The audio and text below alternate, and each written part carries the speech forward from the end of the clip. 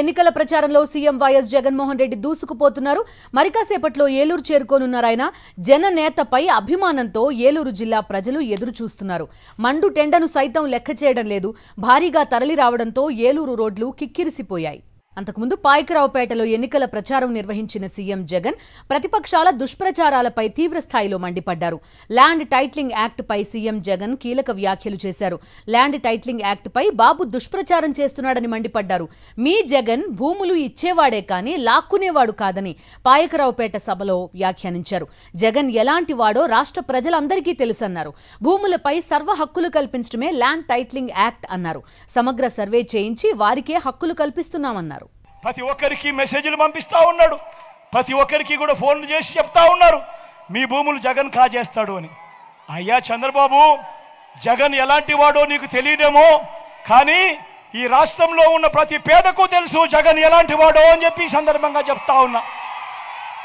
జగన్ భూములు ఇచ్చేవాడే కానీ జగన్ భూములు లాక్కునేవాడు కాదు, నీ మాదిరిగా అని చెప్తా ఉన్నాడు. ఈరోజు అసలు ల్యాండ్ టైటిలింగ్ యాక్ట్ అంటే ఏమో చంద్రబాబు నాయుడు గారికి తెలుసా అని అడుగుతా ఉన్నాడు మీ జగన్. అసలు ల్యాండ్ టైటిలింగ్ యాక్ట్ అనంటే దాని అర్థం ఏమిటో తెలుసా? అసలు ల్యాండ్ టైటిలింగ్ యాక్ట్ అనంటే దాని అర్థము మీ భూముల మీద మీకు సర్వ హక్కులు కల్పించడమే ల్యాండ్ టైటిలింగ్ యాక్ట్కు సంబంధించిన ముఖ్య ఉద్దేశం. మీ భూములు 100 సంవత్సరాల కిందట సర్వే జరిగింది. బ్రిటిషర్లు ఉన్నప్పుడు సర్వే జరిగింది. దాని తర్వాత ఏ ఒక్కడు కూడా సర్వే చేసిన పరిస్థితులు లేవు. ఎక్కడా కూడా 15,000 గ్రామ సచివాలయాలలో 15,000 సర్వేలను పెట్టించి ఏ ఒక్కరు కూడా ఎప్పుడు సర్వే చేసిన పరిస్థితులే లేవు.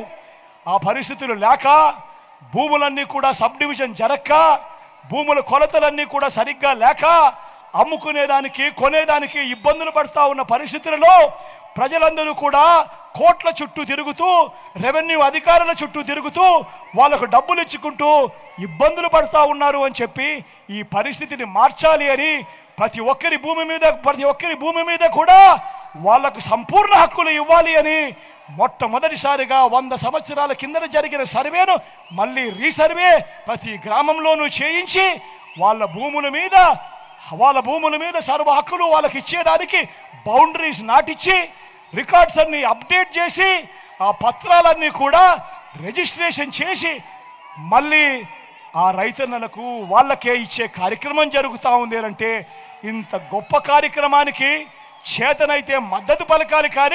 కానీ దాని మీద కూడా లేనిపోని దుష్ప్రచారాలు ఇవాళ జరుగుతూ ఉన్నాయి. ల్యాండ్ టైటిలింగ్ యాక్ట్ విషయంలో కూడా ఇదే మాదిరిగా జరుగుతూ ఉంది. ప్రతి ఒక్కరికి మెసేజ్లు పంపిస్తూ ఉన్నాడు. ప్రతి ఒక్కరికి కూడా ఫోన్లు చేసి చెప్తా ఉన్నారు మీ భూములు జగన్ కాజేస్తాడు అని.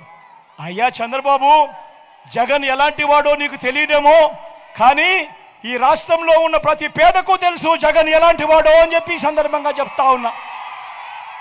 జగన్ భూములు ఇచ్చేవాడే కానీ జగన్ భూములు లాక్కునేవాడు కాదు, నీ మాదిరిగా అని చెప్తా ఉన్నాడు.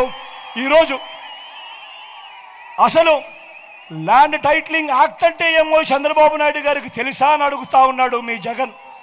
అసలు ల్యాండ్ టైటిలింగ్ యాక్ట్ అనంటే దాని అర్థం ఏమిటో తెలుసా? అసలు ల్యాండ్ టైటిలింగ్ యాక్ట్ అనంటే దాని అర్థము మీ భూముల మీద మీకు సర్వ హక్కులు కల్పించడమే ల్యాండ్ టైటిలింగ్ యాక్ట్కు సంబంధించిన ముఖ్య ఉద్దేశం. మీ భూములు 100 సంవత్సరాల కిందట సర్వే జరిగింది. బ్రిటిషర్లు ఉన్నప్పుడు సర్వే జరిగింది. దాని తర్వాత ఏ ఒక్కడు కూడా సర్వే చేసిన పరిస్థితులు లేవు. ఎక్కడా కూడా 15,000 గ్రామ సచివాలయాలలో 15,000 సర్వేలను పెట్టించి ఏ ఒక్కరు కూడా ఎప్పుడు సర్వే చేసిన పరిస్థితులే లేవు.